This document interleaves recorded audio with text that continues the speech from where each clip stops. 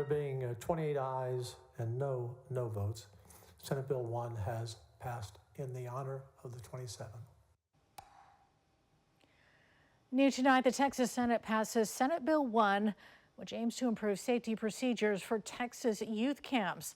Lawmakers want to make sure what happened at Camp Mystic last month, where 27 girls and 2 counselors were killed by floodwaters, never happens again.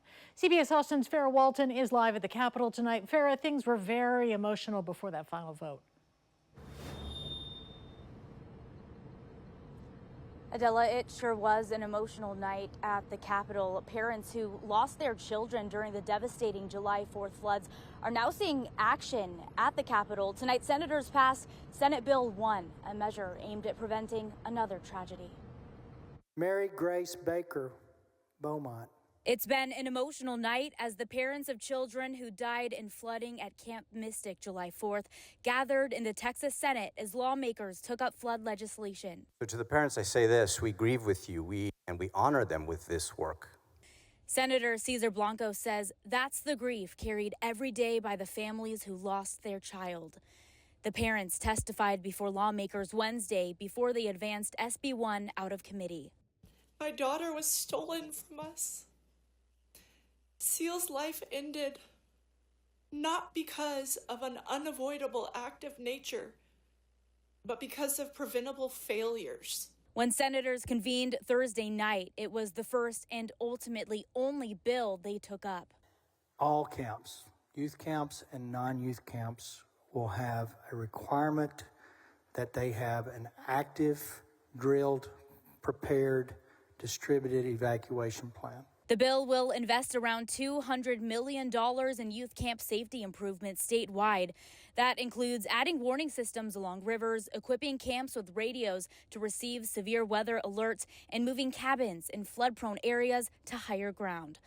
Lawmakers say the goal is to ensure camps are better prepared the next time disaster strikes. Thank you for advocating not only for the Heaven 27, but also for every other family who has ever experienced a tragedy like this.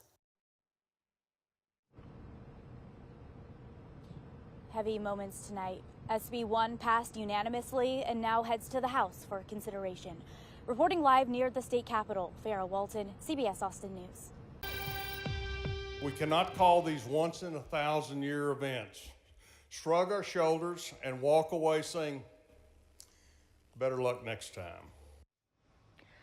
Almost 7 weeks after that catastrophic flooding that killed more than 130 Texans, we have now seen action from Texas House lawmakers. House members voted to move forward with a number of disaster response bills, including one to increase oversight on camps like Camp Mystic. CBS Austin's Andrew Lamparski has a closer look from the state capitol. Today was a very different day than what we saw yesterday in the House during a vote on redistricting.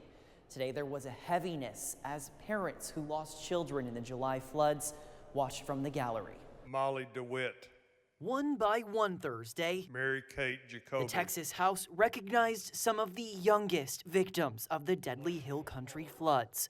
Their parents watching on as House Bill 1, the Youth Camper Act, came to a vote. The camp failed these girls. The county failed them. The River Authority failed them. And in a larger sense, their government failed them. The bill would require camps to report an emergency action plan to the state and, with new amendments, keep camp housing out of floodplains.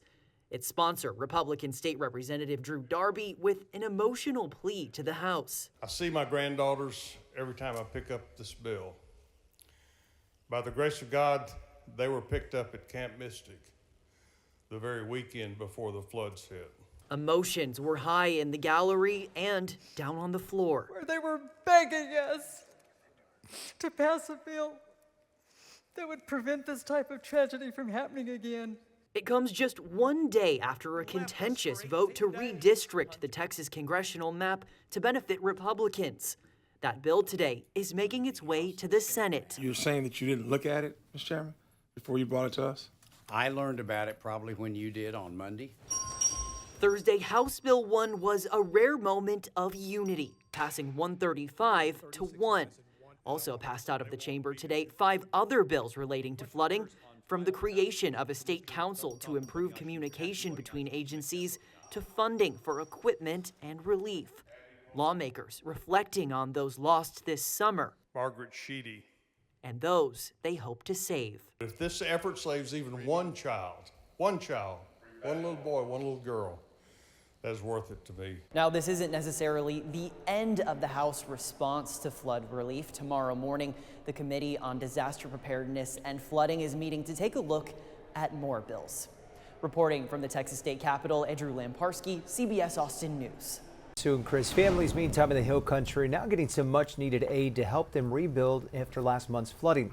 $40 million will be given out to those who suffered from home loss or damage. Governor Greg Abbott made the announcement in Kerrville this afternoon. News 4 San Antonio's Phil Sterling is in Kerrville talking with victims who lost everything about how this financial lifeline will help them rebuild.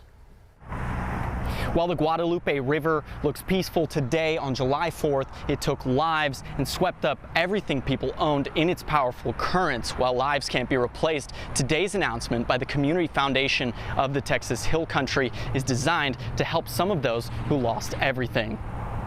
And it's on power, but the power was out in the house.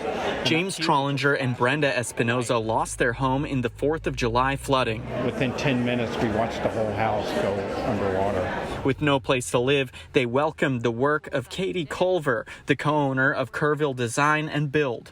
She went out and she got donations and worked with the foundation, and that's how we're here today, because she was knocking on doors to get things done. Now Culver and other community leaders sit with Governor Greg Abbott and Austin Dixon, CEO of the Community Foundation. I see no reason whatsoever why all of the residents who lost a permanent residence in this region are not only going to be able to have that permanent residence fully rebuilt, but rebuilt at record speed.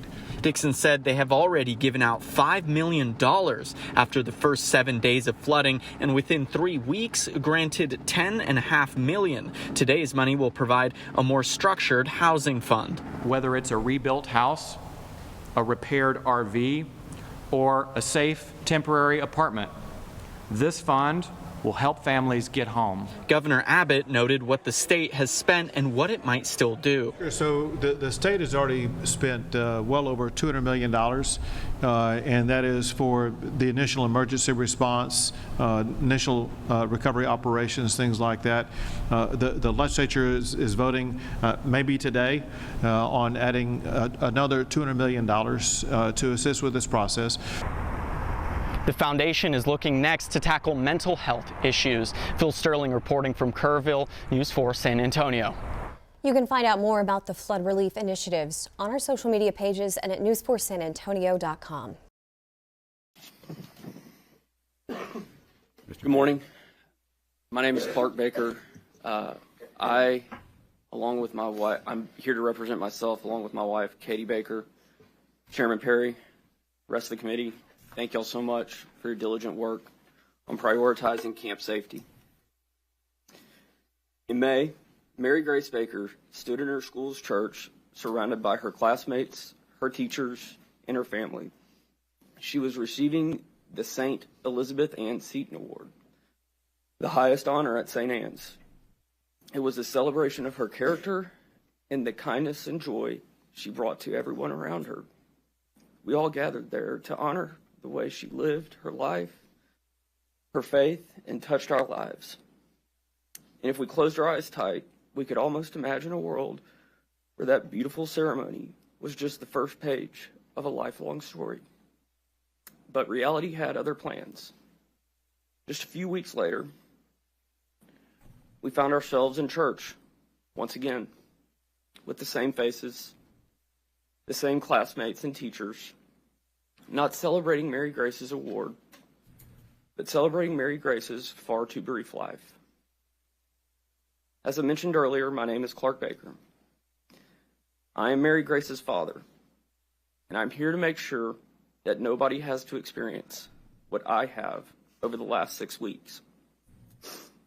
My birthday is July 1st. The picture you are seeing was my last living memory of my daughter.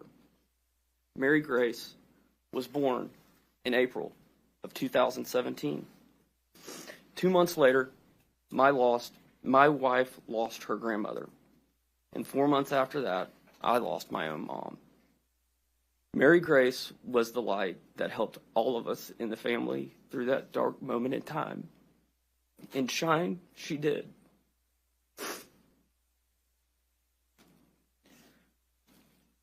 I'll be honest in saying, I don't really know how this works. I have no clue how to navigate these halls. I don't understand House hearings, lobbyists, floor debates. What I do know is that my daughter should still be here.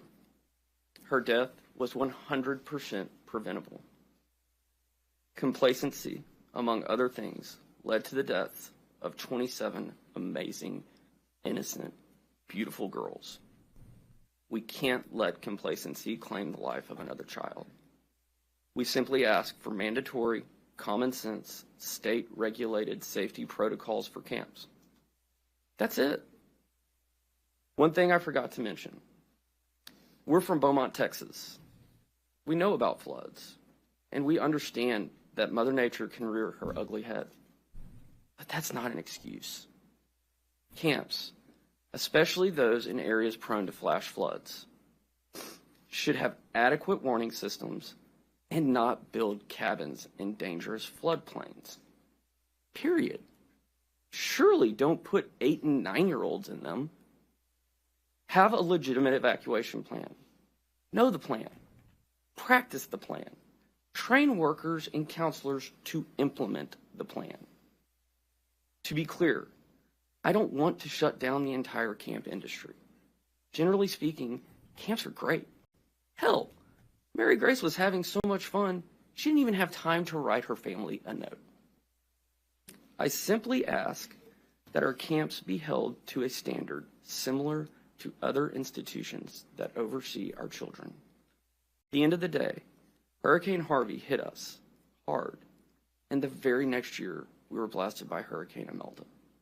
These disasters were both considered 500-year floods.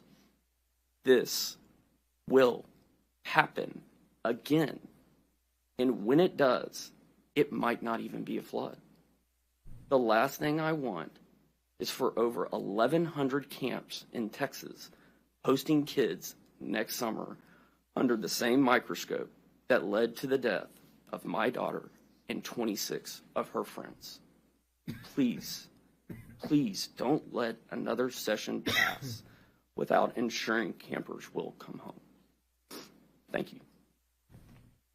Thank you all for your testimony. Members, any questions? Senator Betancourt.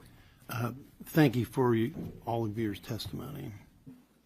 And to go to Mr. Baker's last comment, he said he didn't know how the place worked, how it works, how the lobbyists work. You don't have to worry about any of that. We're going to take care of this. And God bless you. And sorry for your loss.